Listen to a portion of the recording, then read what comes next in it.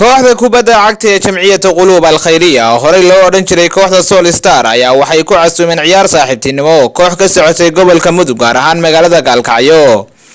kooxdan ay casuumeen kooxdan ka jirta magaalada Laascaanood ayaa ku soo dhaweysay magaalada waxayna afartii galabnimo shalay ciyaartu ka bilaabatay garoonka kubadda cagta ee Cabdi Bilaa Cabdi waxayna ku bilaabatay jawi degan. daqiiqadii 25 ayaa waxa gool la yimid kooxda jamciyadda quluub al-khayriya ee magaalada Laascaanood waxaana goolka dhaliyay laacibka xulka gobolka Sool ahna laacibka kooxda quluub al-khayriya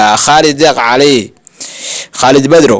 waxa dhacay haafkii ciyaarta oo lagu kala nastay hal gool iyo eber. qaybtii dambe ee ciyaarta waxay bilaabeen kooxda ka socotay Gaalkacyo weeraro isdaba joog ah. si kastaba ha ahaatee waxaa laga dhaliyay goolkii labaad oo uu saxay kooxda quluub al-khayriya laacibka xulka gobolka Sool ahna ciyaartoy ka tirsan kooxda quluub al-khayriya oo lagu magacaabo Cabdiqadar Luus Fiigo. isla daqiiqad kadib waxay keeneen goolkii saddexaad kooxda ka socotay gobolka Sool waxaana dhaliyay laacibka lagu magacaabo Cumar Guray. ugu dambeyntii waxay la yimaadeen gool kooxdii ka socotay magaalada Gaalkacyo ee Yemen Secondary School waxayna ciyaartaasi ku soo dhamaatay 3 gool iyo hal guushuna ku raacday kooxda jamciyadda quluub al-khayriya ee magaalada Laascaanood.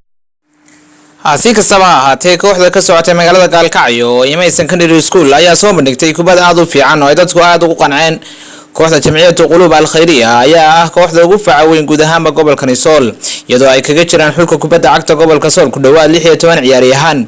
kooxdan ayaa ah kooxda lafdhabar u ah guulaha uu gaaro xulka gobolka Sool iyadoo lagu tiriyo kooxaha uu ku tiirsan yahay xulka kubadda cagta gobolka Sool. ciyaartan galabta ayaa ahayd ciyaar degan hase ahaatee markii ay kooxda jamciyadda quluub al-khayriya ay weerar isdaba joog ah ku qaadeen daafaca kooxda ay iska caabin ay sameeyeen daafaca kooxda Yemen Secondary School Gaalkacyo aan wax gool kale ah laga dhalin iyadoo ciyaartu ku soo gabagabowday. waxaana dareenkooda ka weydiinay ciyaartoydii ciyaaraysay. shacabka ciyaartan daawanaya ayaa si weyn u xiiseynayay ciyaartan.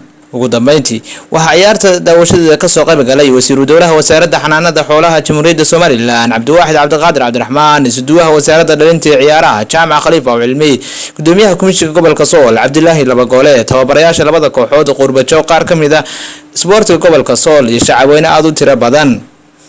ciyaartan ayaa ku soo beegmaysa xilli lagu dhawaaqay xilliga la qaban doono koobka gobolada Soomaaliland lagu qaban doono magaalada Hargeysa. ومحمود آدن أسكر محمود قري سومالي نيوز تي في قرون كوبادة عكتي عبدي بلا عبدي مقالة لا سعانودا.